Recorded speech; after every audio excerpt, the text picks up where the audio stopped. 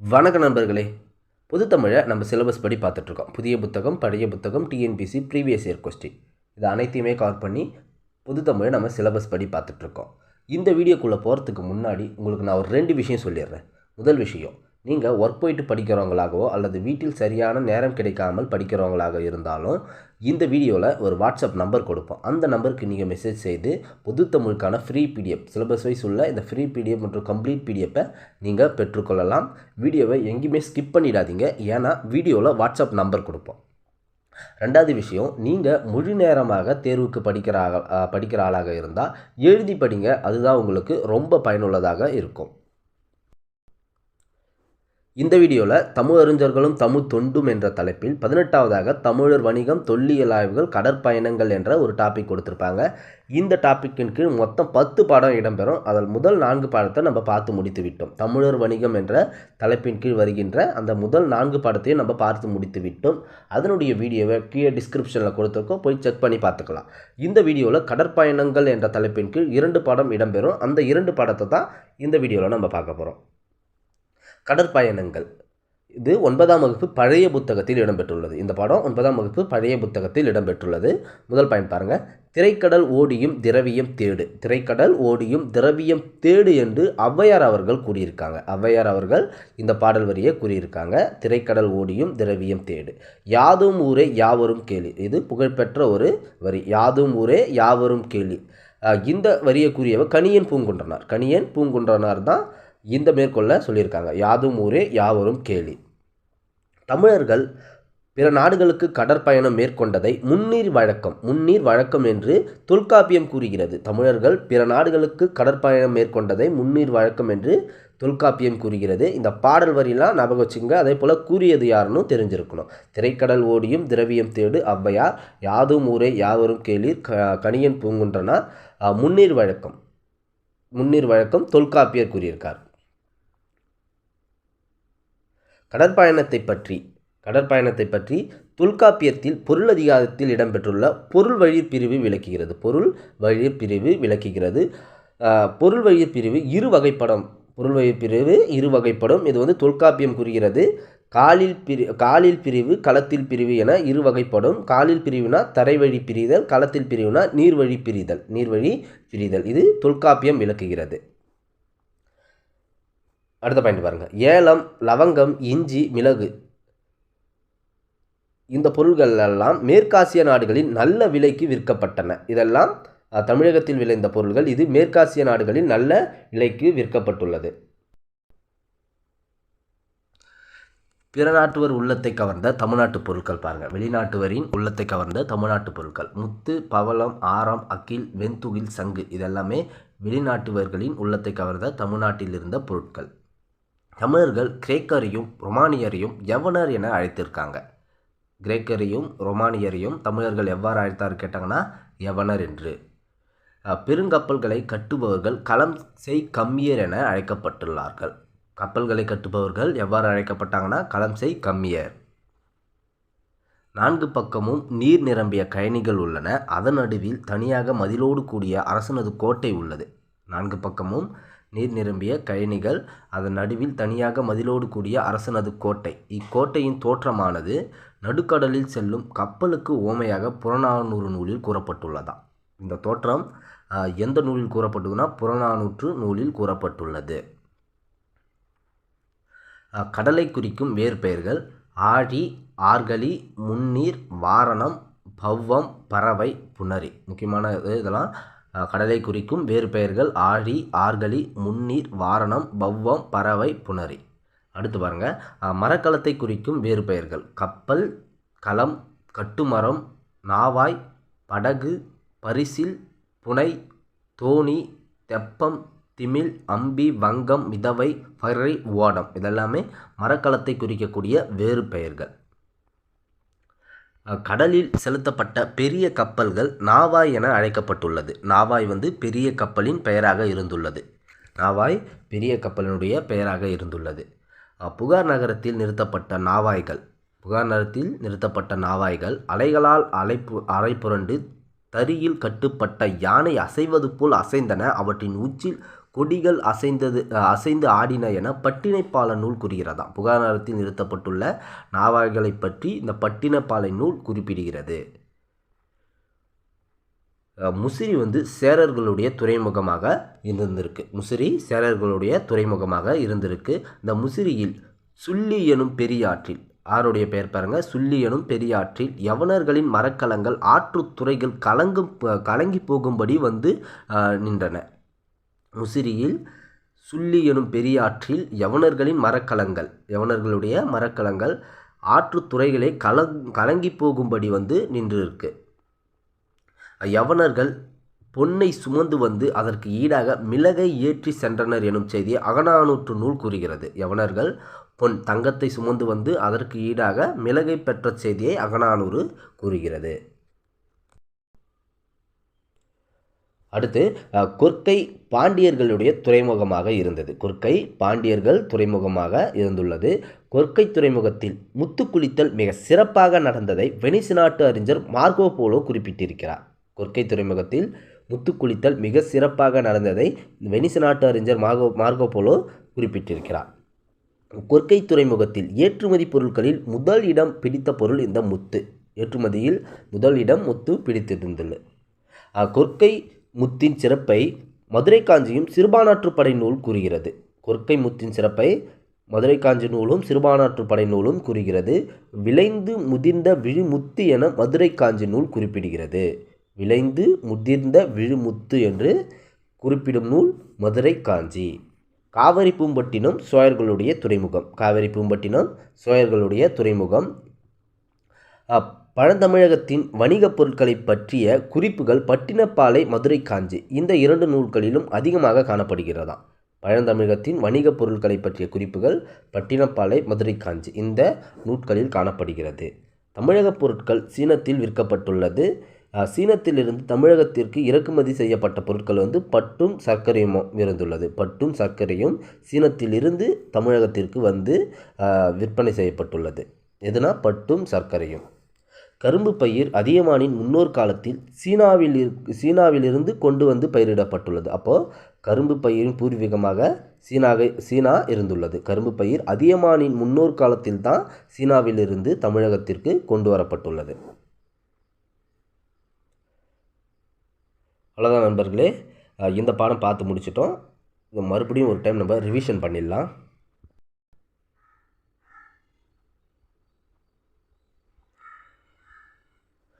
திரைக்கடல் ஓடியும் திரவியம் தேடு என்று ஔவையார் கூறினாங்க. அதே போல் யாதும் ஊரே யாவரும் கேளீர் என்று கூறியவர் கணியன் பூங்குன்றனார். பிற நாடுகளுக்கு கடல் பயணம் மேற்கொண்டதை முன்னீர் வழக்கம் என்று தொல்காப்பியம் கூறுகிறது சொன்னோம். தொல்காப்பியத்தில் கடற்பயணத்தை பொருள் வயிர் பிரிவு என்று இரு பிரிவாக பிரிச்சிருக்காங்க.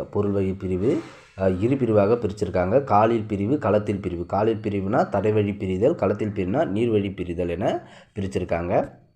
மேற்காசிய நாடுகளில் நல்ல விலைக்கு விற்கப்பட்ட தமிழக பொருட்கள் ஏலம், லவங்கம், இஞ்சி, மிளகு. அதே போல் பிற நாட்டுவருடைய உள்ளத்தை கவர்ந்த தமிழ்நாட்டு பொருட்கள் முத்து, பவளம், ஆரம், அக்கில், வெண்துகில், சங்கு.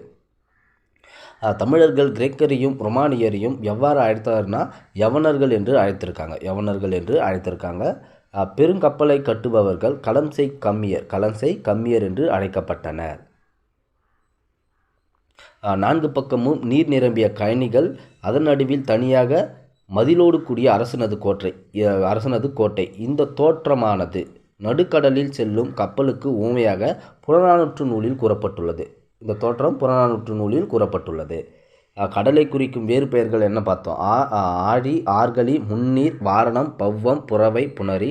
அதே போல் மரக்கலத்தை குறிக்கும் வேறு பெயர்கள் கப்பல், களம், கட்டுமரம், நாவாய், படகு, பரிசில், புனை, தோணி, தெப்பம், திமில், அம்பி, வங்கம், மிதவை, ஃபர்ரி, ஓடம். இதெல்லாம் மரக்கலத்தை குறிக்கும் வேறு பெயர்கள். கடலில் செலுத்தப்பட்ட பெரிய கப்பல்கள் நாவாய் என்று அழைக்கப்பட்டன. நாவாய் என பெரிய கப்பல்கள் அழைக்கப்பட்டுள்ளது. புகார் நகரத்தில் நிறுத்தப்பட்டுள்ள அந்த நாவாய்களை பற்றி பட்டினப்பாலை நூல் கூறுகிறது. புகார் நகரத்தில் நிறுத்தப்பட்டுள்ள நாவாய்களை பற்றி பட்டினப்பாலை நூல் கூறுகிறதுன்னு சொன்னோம். முசிறி துறைமுகம் சேரர்களுடைய துறைமுகமாக முசிறி துறைமுகம் விளங்கியது. அந்த முசிறியில் சுள்ளி எனும் பெரியாற்றில் யவனர்களுடைய மரக்கலங்கள் அந்த சுள்ளி ஆற்றினை கலங்கும் போகும்படி நின்றதை கூறியிருக்காங்க. இந்த சுள்ளியாறு கலங்கும்படி யவனர்களுடைய மரக்கலங்கள் வந்து நின்றது. யவனர்கள் பொன்னை சுமந்து வந்து அதற்கு ஈடாக மிளகை ஏற்றி சென்றனர் எனும் செய்தியை அகநானூறு நூல் கூறுகிறதுன்னு சொன்னோம். அடுத்து கொற்கை பாண்டியர்களுடைய துறைமுக நகரம். இந்த கொற்கை துறைமுகத்தில் முத்து குளித்தலில் மிக சிறப்பாக நடந்ததை வெனிசு நாட்டு அறிஞர் மார்கோ போலோ குறிப்பிட்டார்னு சொன்னோம். கொற்கை துறைமுகத்தில் ஏற்றுமதி பொருட்களின் முதல் இடம் வகித்த பொருள் இந்த முத்து. கொற்கை முத்தின் சிறப்பை மதுரை காஞ்சி நூலும் சிறுபானாற்றுப்படை நூலும் கூறுகிறது. விளைந்து முதிர்ந்த விழுமுத்து என மதுரை காஞ்சி நூல் குறிப்பிடுகிறது. காவிரி பூம்பட்டினம் சோழர்களுடைய துறைமுக நகரம். அடுத்து பாருங்கள், பழந்தமிழகத்தின் வணிகப் பொருட்களை பற்றிய குறிப்புகள் பட்டினப்பாலை, மதுரை காஞ்சி இந்த 2 நூட்களில் தான் மிகுதியாக காணப்படுகிறதா வணிகப் பொருட்களை பற்றிய குறிப்புகள். தமிழக பொருட்கள் எந்த நாட்டில் பெருமளவில் விற்கப்பட்டன? சீனத்தில். தமிழக பொருட்கள் சீனத்தில் விற்கப்பட்டது. சீனத்திலிருந்து தமிழகத்திற்கு இறக்குமதி செய்யப்பட்ட பொருட்கள் பட்டும் சர்க்கரையுமாக இருந்துள்ளது. கரும்பு பயிர் அதியமானின் முன்னோர் காலத்திலிருந்து சீனாவிலிருந்து பயிரிடப்பட்டுள்ளது. அதிகமான முன்னோர் காலத்தில் தான் சீனாவிலிருந்து இந்த கரும்பு பயிர் பயிரிடப்பட்டுள்ளது.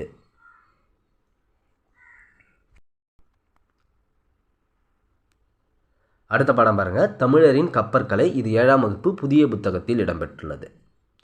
முதல் பாயிண்ட் பாருங்கள், பயணம் 3 வகை. தரைவழி, நீர்வழி, வான்வழி என 3 வகையாக பயணத்தை பிரிக்கலாம். அதில் நீர்வழி பயணம், உள்நாட்டு நீர்வழி, கடல் நீர் பயணம் என 2 வகையாக பிரிக்கலாம். நீர்வழி பயணத்தை உள்நாட்டு நீர்வழி, கடல் நீர் பயணம் என 2 வகைப்படும். நமக்கு கிடைத்துள்ள நூட்களிலேயே மிக பழமையான நூல் எதுனா தொல்காப்பியம். நமக்கு கிடைத்த முதல் நூல் தொல்காப்பியம் தான். இந்த தொல்காப்பியம் கடற்பயணத்தை பற்றி முன்னீர் வழக்கம் என்று குறிப்பிடுகிறது. முன்னீர் வழக்கம் என்று கடற்பயணத்தை பற்றி தொல்காப்பியம் நூல் குறிப்பிடுகிறது. அதே போல் உலக பொதுமறையான திருக்குறள் கடலோடா கால்வல் நெடுந்தேர் கடலோடும் நாவாயும் ஓடா நிலத்து என்று கடற்பயணத்தை பற்றி குறிப்பிடுகிறது. திருக்குறளும் கடற்பயணத்தை பற்றி இவ்வாறு குறிப்பிடுகிறது. பூம்புகார் துறைமுகத்திலிருந்து கப்பல்கள் மூலம் பொருட்கள் ஏற்றுமதியும் இறக்குமதியும் செய்யப்பட்டதை பட்டினப்பாலை நூல் விளக்குகிறது. பூம்புகார் துறைமுகத்தில் நடந்த ஏற்றுமதி இறக்குமதி பற்றி பட்டினப்பாலை நூல் விளக்குகிறது. உலகு கிளர்ந்த உருகெழு வங்கம். உலகு கிளர்ந்தென்ன உருகெழு வங்கம் என்று பெரிய கப்பல்களை பற்றி அகநானூற்று நூலும் கூறுகிறது. உலகத்தையே கிழக்கும் அளவுக்கு பெரிய கப்பல்கள், ஊமையாகத்தான் சொல்கிறாங்க, உலகத்தை கிழக்கும் அளவுக்கு பெரிய கப்பல்கள் இருந்ததை இது அகநானூற்று நூல் விளக்குகிறது. உலகு கிளர்ந்தென்ன உருகெழு வங்கம் என்று. அருங்கலம் தரிய நீர்மிசை நிவக்கும் பெருங்கலி வங்கம் என்று 18 நூலும் பெரிய கப்பல்கள் இருந்ததை குறிப்பிடுகிறது. 18 நூலும் கடற்பயணத்தை பற்றி குறிப்பிடுகிறது. இந்த பாடல் வரையெல்லாம் ஞாபகம் வச்சுக்கணும். முன்னீர் வழக்கம் என்று தொல்காப்பியம் கூறுகிறது. கடலோடா கால்வல் நெடுந்தேர் கடலோடும் நாவாயும் ஓடா நிலத்து என்று திருக்குறள் கடற்பயணத்தை பற்றி குறிப்பிடுகிறது. பூம்புகார் துறைமுகத்தில் ஏற்றுமதியும் இறக்குமதியும் நிகழ்ந்ததை பட்டினப்பாலை நூல் கூறுகிறது. அதே போல் உலகு கிளர்ந்தென்ன உருகெழு வங்கம் என்று அகநானூற்று நூல் கூறுகிறது. அருங்கலம் தரிய நீர்மிசை நிவக்கும் பெருங்கலி வங்கம் என்று 18 நூல் குறிப்பிடுகிறது. பல வகையான கப்பல்களின் பெயர்கள் இடம்பெற்றுள்ள நிகண்டு எதுன்னு கேட்டாங்கன்னா சேந்தன் திவாகர நிகண்டு. இந்த நிகண்டில் பல வகையான கப்பல்களுடைய பெயர்கள் இடம்பெற்றுள்ளது. தமிழர்கள் சிறிய நீர்நிலைகளை கடக்க பயன்படுத்தியவை பாருங்கள். தோணி, ஓடம், படகு, புனை, மிதவை, தெப்பம் இதெல்லாமே சிறிய நீர்நிலைகளை கடக்க தமிழர்கள் பயன்படுத்தியவை. அதே போல் கடல் பயணம் மேற்கொள்ள பயன்படுத்தியவை. தமிழர்கள் கடல் பயணம் மேற்கொள்ள பயன்படுத்தியவை களம், வங்கம், நாவாய் இதெல்லாமே கடலை கடப்பதற்காக பயன்படுத்திய களங்கள். களம், வங்கம், நாவாய். அடுத்த பாயிண்ட் பாருங்கள். பழங்காலத்தில் தமிழ்நாட்டு கப்பல்களில் பயன்படுத்தப்பட்ட ஒரு மணி தற்போது நியூசிலாந்து நாட்டில் வெலிங்டன் அருங்காட்சியகத்தில் காட்சிப்படுத்தப்பட்டுள்ளது. அப்போ பாருங்கள், தமிழர்கள் கடற்பயணத்தில் எவ்வளவு சிறப்பாக இருந்ததற்கான சான்று கொடுத்துருக்காங்க. தமிழ்நாட்டு கப்பலில் பயன்படுத்தப்பட்ட மணி நியூசிலாந்து நாட்டினுடைய அருங்காட்சியகத்தில் உள்ளது. அந்த அருங்காட்சியகம் பாருங்கள், வெலிங்டன் அருங்காட்சியகம். தமிழர்கள் கப்பல் கட்டும் கலைஞர்களை கம்மியர் என அழைத்தனர். கப்பல் கட்டும் கலைஞர்களை கம்மியர் என்று அழைத்தனர். களம் செய் கம்மியர் வருக்கென கூலி என்று மணிமேகலை நூல், மணிமேகலை பாடல் கப்பல் கட்டுபவர்களை பற்றி கூறுகிறது. களம் செய் கம்மியர் என்று மணிமேகலை கப்பல் கட்டுபவர்களை பற்றி கூறுகிறது. பாடல் வரி நுட்பங்க. களம் செய் கம்மியர் வருக்கென கூழி. தமிழர்கள் கப்பலின் நீர்மட்ட வைப்பிற்கு வேம்பு, இலுப்பை, புன்னை, நாவல் இது போன்ற மர வகைகளை பயன்படுத்தியிருக்காங்க. நீர்மட்ட வைப்பிற்கு வேம்பு, இலுப்பை, புன்னை, நாவல். கப்பலினுடைய பக்கங்களுக்கு வந்து தேக்கு, வெண்தேக்கு இந்த வகையான மரங்களை பயன்படுத்தியிருக்காங்க. மரத்தின் வெட்டப்பட்ட பகுதியை வெட்டுவாய் என்பார்கள். மரத்தினுடைய வெட்டப்பட்ட பகுதியை வெட்டுவாய் என்பார்கள். இந்த வெட்டுவாயின் நிறத்தை கொண்டு மரத்தினுடைய தன்மையை அறிஞ்சிருக்காங்க. வெட்டுவாயின் நிறத்தை கொண்டு தமிழர்கள் மரத்தினுடைய தன்மையை அறிஞ்சிருக்காங்க. கண்ணடை என்பது இழைத்த மரத்தில் காணப்படக்கூடிய உருவங்களாம். இழைத்த மரத்தில் காணப்படக்கூடிய உருவங்கள் தான் இந்த கண்ணடை. கப்பலினுடைய நீளம், அகலம், உயரம் இதை தச்சுமுழம் நீட்டல் அளவை மூலம் கணக்கிட்டனராம். கப்பலினுடைய நீளம், அகலம், உயரம் ஆகியவற்றை தச்சுமுழம் நீட்டல் அளவை மூலம் கணக்கிட்டனர் தமிழர்கள். பெரிய படகுகளின் முன் பக்கத்தை வந்து யானை, குதிரை, அன்னம் போன்ற தலையை போன்று வடிவமைச்சிருக்காங்க. இதனை வந்து கரிமுக அம்பி, பரிமுக அம்பி என்று அழைத்திருக்காங்க. படகினுடைய முன் பக்கத்தை யானை, குதிரை, அன்னம் போன்ற தலையினை போன்று வடிவமைச்சு அதனை கரிமுக அம்பி, பரிமுக அம்பி என்று அழைத்திருக்காங்க. மரங்களையும் பலகைகளையும் இணைக்கும் போது அதனிடையே தேங்காய் பஞ்சு வைத்திருந்தாங்க. தமிழர்கள் கப்பலின் அடிப்பகுதியில் சுண்ணாம்பும் சணலையும் கலந்து அரைத்து எண்ணெய் கலந்து பூசியிருக்காங்க.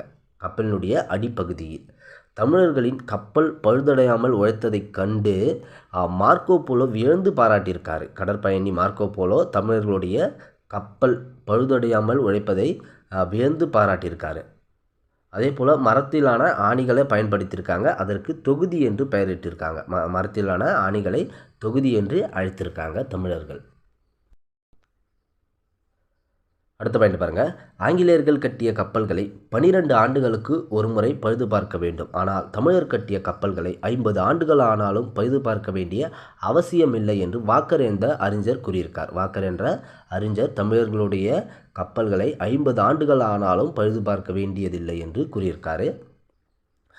பாய்மரக் கப்பல்கள் காற்றின் உதவியால் செலுத்தப்பட்டது. பாய்மரக் கப்பல்கள் எவற்றின் உதவியால் செலுத்தப்படும்னா காற்றின் உதவியால் தான் செலுத்தப்படும். தமிழர்கள் பயன்படுத்திய பாய்மர கப்பலினுடைய வகைகள் பாருங்கள். பெரிய பாய்மரம், திருக்கைத்தி பாய்மரம், காண பாய்மரம், கோசு பாய்மரம் இதெல்லாமே தமிழர்கள் பயன்படுத்திய பாய்மரங்கள். இந்த பாய்மர கப்பலில் பயன்படும் கயிறுகளுடைய பெயர்கள் பாருங்கள். ஆஞ்சான் கயிறு, தாம்பாங்கயிறு, வேடாங்கயிறு, பளிங்க கயிறு, முட்டங்கயிறு, இளங்கயிறு, கோடிப்பாய் கயிறு இதெல்லாமே பாய்மர கப்பலில் பயன்படக்கூடிய கயிறுகள். பாய்மர கப்பலின் கயிறு ஆகியவற்றில் பழுது ஏற்படும் பொழுது அவற்றை மரப்பிசின் கொண்டு இணைத்தனர் என்று பரிபாடல் நூல் கூறுகிறதாம். பாய்மர கப்பலில் ஏற்படும் பழுதை மரப்பிசின் கொண்டு சரி செய்ததை பரிபாடல் நூல் விளக்குகிறது. நோட் பண்ணிங்க. அதுவும் கப்பலின் முதன்மையான உறுப்பாகிய அடிமரம் ஏரா என்று அழைக்கப்பட்டுள்ளது. கப்பலுக்கு பயன்படும் குறுக்கு மரத்தை பருமல் என்று அழைத்திருக்காங்க. கப்பலுக்கு பயன்படும் குறுக்கு மரத்தை பருமல் என்றும் அடிமரம் ஏரா என்றும் அழைத்திருக்காங்க. கப்பலை செலுத்துவதற்கு உரிய திசையில் திருப்புவதற்கும் பயன்படும் முதன்மையான கருவி சுக்கான். உரிய திசையில் திருப்புவதற்கும் கப்பலை செலுத்துவதற்கும் பயன்படும் முதன்மையான கருவி சுக்கான். கப்பலை நிலையாக ஒரு இடத்தில் நிறுத்தி வைக்க உதவும் உறுப்பின் பெயர் வந்து நங்கூரம். நங்கூரம். சமுக்கு என்னும் ஒரு கருவியையும் கப்பலில் பயன்படுத்தினர் என்று கப்பல் சாஸ்திரம் நூல் கூறுகிறது. சமுக்கு என்னும் ஒரு கருவியை பயன்படுத்தியதை கப்பல் சாஸ்திரம் நூல் கூறுகிறது. இந்த சமுக்கு என்பது திசை காட்டும் கருவியாக இருக்கலாம் என்று ஆய்வாளர்கள் கருதுகிறார்கள். காந்த ஊசி பொருத்தப்பட்ட திசை காட்டும் கருவியாக இந்த சமுக்கு இருக்கலாம் என்று ஆய்வாளர்கள் கருதுகிறார்கள். கப்பல் செலுத்துபவர்களை மாலுமி, மீகமான், நீகான், கப்பலோட்டி என்ற பெயரில் அழைத்திருக்காங்க தமிழர்கள். கப்பலை செலுத்துபவர்களை மாலுமி, மீகமான், நீகான், கப்பலோட்டி என்று அழைத்திருக்காங்க.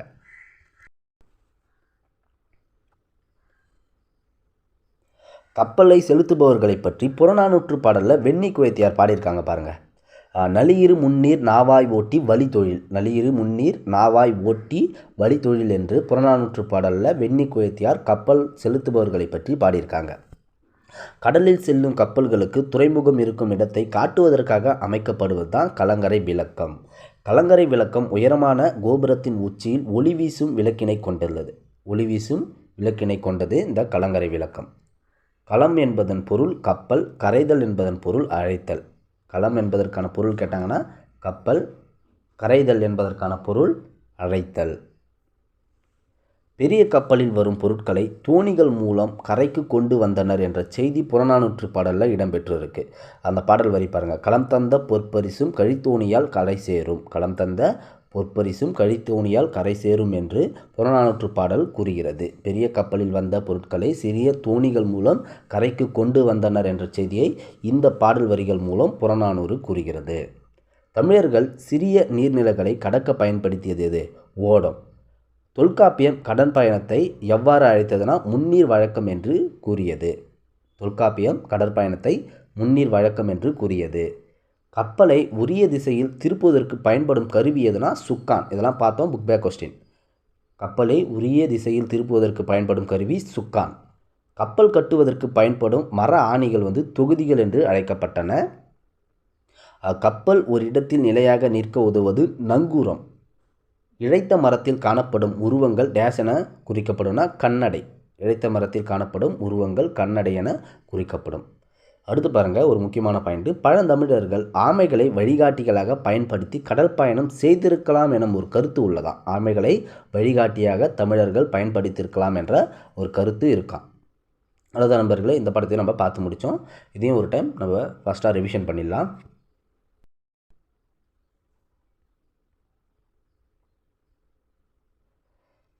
ஃபஸ்ட்டு பாயிண்ட் என்ன? பயணம் 3 வகை: தரைவழி, நீர்வழி, வான்வழி. இந்த நீர்வழி பயணத்தை இரண்டாக பிரிக்கிறாங்க. உள்நாட்டு நீர்வழி, கடல் நீர் பயணம் என்று. முன்னீர் வழக்கம் என்று கடற்பயணத்தை தொல்காப்பியம் கூறுகிறது. நமக்கு கிடைத்த முதன்மையான நூல் தொல்காப்பியம். அந்த தொல்காப்பியம் தான் கடற்பயணத்தை பற்றி முன்னீர் வழக்கம் என்று கூறுகிறது. அதே போல் திருக்குறள் கடலோடா கால்வல் நெடுந்தேர் கடலோடும் நாவாய் ஓடா நிலத்து என்று கடற்பயணத்தை குறிப்பிடுகிறது. பூம்புகார் துறைமுகத்தில் நடைபெற்ற ஏற்றுமதி இறக்குமதியை பற்றி பட்டினப்பாலை நூல் கூறுகிறதுன்னு சொன்னோம். உலகு கிளர்ந்தென்ன உருகெழு வங்கம் என்று பெரிய கப்பல்களை பற்றி அகநானூற்று நூல் கூறுகிறது. அதே போல் அருங்கலம் தரிய நீர்மிசை நிவக்கும் பெருங்கலி வங்கம் என்று பதிற்றுப்பத்திலும் பெரிய கப்பல்களை பற்றி பாடல் குறிப்புகள் இடம்பெற்றுள்ளது. பல வகையான கப்பல்களின் பெயர்கள் சேந்தன் திவாகர நிகண்டு என்ற நூலில் இடம்பெற்றுள்ளது. தமிழர்கள் சிறிய நீர்நிலைகளை கடக்க தோணி, ஓடம், படகு, புனை, மிதவை, தெப்பம் இதெல்லாம் பயன்படுத்தியிருக்காங்க. அதே போல் கடல் பயணம் மேற்கொள்ள களம், வங்கம், நாவாய். தமிழர்கள் கடல் பயணம் மேற்கொள்ள பயன்படுத்தியவை களம், வங்கம், நாவாய். தமிழ்நாட்டு கப்பலில் பயன்படுத்தப்பட்ட மணி ஒன்று நியூசிலாந்து நாட்டில் வெலிங்டன் அருங்காட்சியகத்தில் காட்சிப்படுத்தப்பட்டுள்ளதாக சொன்னோம். தமிழர்கள் கப்பல் கட்டும் கலைஞர்களை கம்மியர்கள் என்று அழைத்தாங்க. களம்சை கம்மியர் வருக்கென கூழி என்று மணிமேகலை நூலும் கூறுகிறது. களம்சை கம்மியர் என்று கப்பல் கட்டுபவர்களை மணிமேகலை நூலும் கூறுகிறதுன்னு சொன்னோம். தமிழர்கள் கப்பலின் நீர்மட்ட வைப்பிற்கு வேம்பு, இலுப்பை, புன்னை, நாவல் போன்ற மரங்களை பயன்படுத்தியிருக்காங்க. கப்பலின் பக்கங்களுக்கு தேக்கு, வெண்தேக்கு வகையான மரங்களை பயன்படுத்தியிருக்காங்க. மரத்தின் வெட்டப்பட்ட பகுதியை வெட்டுவாய் என்று அழைத்திருக்காங்க. இந்த வெட்டுவாய் நிறத்தை கொண்டு மரத்தினுடைய தன்மையை அறிஞ்சிருக்காங்க. கண்ணடை என்பது இழைத்த மரத்தில் காணப்படும் உருவங்கள். கப்பலின் நீளம், அகலம், உயரம் ஆகியவற்றை தச்சு முழம் நீட்டல் அளவை மூலம் கணக்கிட்டிருக்காங்க. கப்பலின் நீளம், அகலம், உயரம் ஆகியவற்றை தச்சு முழம் நீட்டல் அளவை மூலம் கணக்கிட்டிருக்காங்க. பெரிய படகுகளுடைய முன்முகத்தை யானை, குதிரை, அன்னம் தலையை போன்று வடிவமைச்சிருக்காங்க. அதனை கரிமுக அம்பி, பரிமுக அம்பி என்றும் அழைத்திருக்காங்க. மரங்களையும் பலகைகளையும் இணைக்கும்போது அதனிடையே தேங்காய் நார் பஞ்சு வைத்து இணைச்சிருக்காங்க. கப்பலின் அடிப்பகுதியில் சுண்ணாம்பும் சன்னலையும் கலந்து அரைத்து எண்ணெய் கலந்து பூசியிருக்காங்க. தமிழர்களின் கப்பல் பழுதடையாமல் உழைத்ததை மார்கோபோலோ என்ற கடற்பயணி வியந்து பாராட்டியிருக்காரு. அதே போல் மரத்திலான ஆணிகளை பயன்படுத்தியிருக்காங்க. அதற்கு தொகுதிகள் என்றும் அழைத்திருக்காங்க. அடுத்து, தமிழர்கள் கட்டிய கப்பலை 50 ஆண்டுகள் ஆனாலும் பழுது பார்க்க வேண்டிய அவசியமில்லை என்று வாக்கர் என்ற அறிஞர் கூறியிருக்கான்னு சொன்னோம். பாய்மர கப்பல்கள் பற்றி பார்த்தோம். என்னென்ன பாய்மர கப்பல்களை தமிழர்கள் பயன்படுத்தினார்கள், அதே போல் அந்த பாய்மர கப்பலில் பயன்படும் கயிர்கள் என்னென்னு பார்த்தோம். பாய்மர கப்பலில் ஏற்படும் பழுதினை மரப்பிசின் கொண்டு தமிழர்கள் சரி செய்தார்கள் என்ற முறை வந்து பரிபாடல் பாடலில் இடம்பெற்றுள்ளது. மரப்பிசினை கொண்டு பாய்மர கப்பலில் ஏற்படும் பழுதினை சரி செய்தார்கள் என்று பரிபாடல் நூல் கூறுகிறது. கப்பலின் முதன்மையான உறுப்பு வந்து அடிமரம், அது ஏரா என்று அழைத்திருக்காங்க. அதே போல் குறுக்கு மரத்தை பருமல் என்று அழைத்திருக்காங்க. சுக்கான் என்ற ஒரு கருவி பயன்படுத்தியிருக்காங்க. அந்த கப்பலை செலுத்துவதற்கும் உரிய திசையில் திருப்புவதற்கும் இந்த சுக்கான் கருவி பயன்பட்டிருக்கு.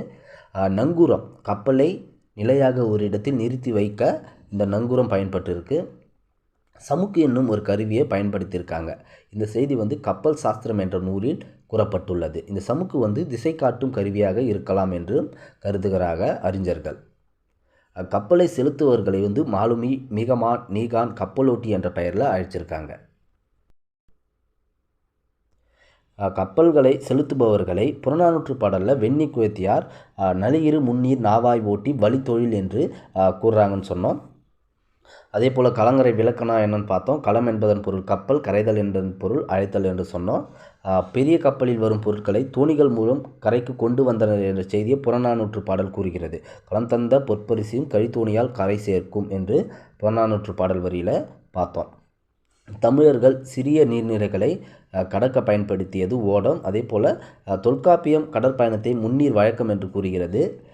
கப்பல் உரிய திசையில் திருப்புவதற்கு பயன்படும் கருவி சுக்கான் சொன்னோம். கப்பல் கட்டுவதற்கு பயன்படும் மர ஆணிகள் தொகுதிகள் என்று அழைக்கப்பட்டது. கப்பல் ஒரு இடத்தில் நிலையாக நிற்க உதவுவது நங்கூரம். இழுத்த மரத்தில் காணப்படும் உருவங்கள் வந்து கண்ணடை என்று குறிப்பிடப்பட்டது. தமிழர்கள் ஆமைகளை வழிகாட்டியாக பயன்படுத்தியிருக்கலாம் என்ற ஒரு செய்தி இருக்குது. தமிழர்கள் ஆமைகளை வழிகாட்டிகளாக பயன்படுத்தி கடல் பயணம் செய்திருக்கலாம் என்ற ஒரு கருத்து உள்ளது. அவ்வளோதான் நண்பர்களே, நம்ம இந்த 2 பாடத்தையும் முழுமையாக பார்த்து முடித்து விட்டோம். இந்த பிடிஎஃப் பெறுவதற்கான வாட்ஸ்அப் நம்பர் உங்களுக்கு கொடுக்குறோன்னு சொன்னோம். இங்கே பாருங்கள், இங்கே ஒரு வாட்ஸ்அப் நம்பர் கொடுத்துருக்கேன் பாருங்கள். 7395984198 7395984198. இந்த வாட்ஸ்அப் நம்பருக்கு நீங்கள் மெசேஜ் பண்ணுங்கள். பொதுத்தமிழ் பிடிஎஃப்னு மெசேஜ் பண்ணுங்கள். மெசேஜ் பண்ண உடனே உங்களுக்கு நாங்கள் ஒரு லிங்க் சென்ட் பண்ணுவோம். அந்த லிங்க்கில் சிலபஸ் வைஸ் பொதுத்தமிழுக்கான ஃப்ரீ பிடிஎஃப் மற்றும் கம்ப்ளீட் பிடிஎஃப் உங்களுக்கு இருக்கும். அதை ஓப்பன் பண்ணி முழுமையாக படித்து பாருங்கள். கண்டிப்பாக உங்களுக்கு பயனுள்ளதாக இருக்கும். மறக்காமல் வாட்ஸ்அப் நம்பருக்கு மெசேஜ் பண்ணி அந்த லிங்க்கை பெற்றுக்கொள்ளுங்கள். நன்றி.